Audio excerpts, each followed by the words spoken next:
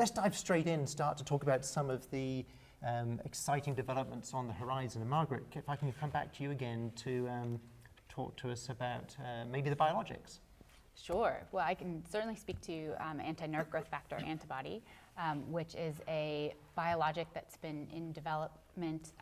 So nerve growth factor can act to sensitize nociceptive neurons and contribute to pain. And the anti-nerve growth factor antibodies have shown efficacy for both dogs and cats for the treatment of pain. And these are species specific. Highly yes, species specific. They have to be developed for yes, that particular species. So they have to be developed for that particular species. So there's a canine version and a feline version, and they are injected and deliver 4 to 6 weeks of pain control.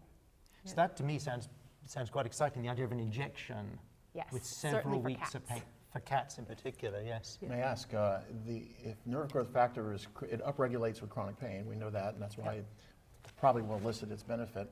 But you kind of need nerve growth factor, and I know that some of the human studies were halted a few years ago because of adverse effects of their compounds. They've restarted. But if you could speak to the concept of using an anti-nerve growth or anti-nerve growth factor monoclonal antibody for years, what would be the potential clinical implication of that? Not just a month or two, but for a long, long time. I think that we don't know, honestly, yet. The human trials were very long-term, and the ones where the most adverse events were seen were in combination with long-term nonsteroidal use as well. And so the restarting of those has been restricted to humans not also taking nonsteroidals, and certainly in our canine and feline studies, we have insisted that they be off steroids and nonsteroidals throughout the studies.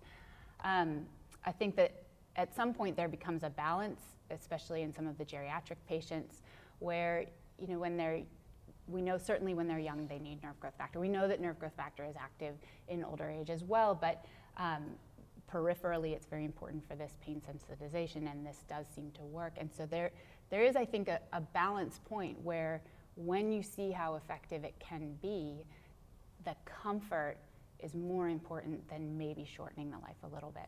And we don't know that that would even happen. Right. But for many people, once you see how improved they can be on that, you never ever want them to go back to feeling the way they did. And I think the comfort level of owners knowing that these are monoclonal antibodies, I think you can't pick up a magazine, it doesn't matter what magazine, and I mean not a veterinary magazine, and not flip through it and see a new ad for a human monoclonal antibody for, it might be for lung cancer, psoriasis, it might be for osteoporosis, but clearly it's a very, fast expanding area in human medicine.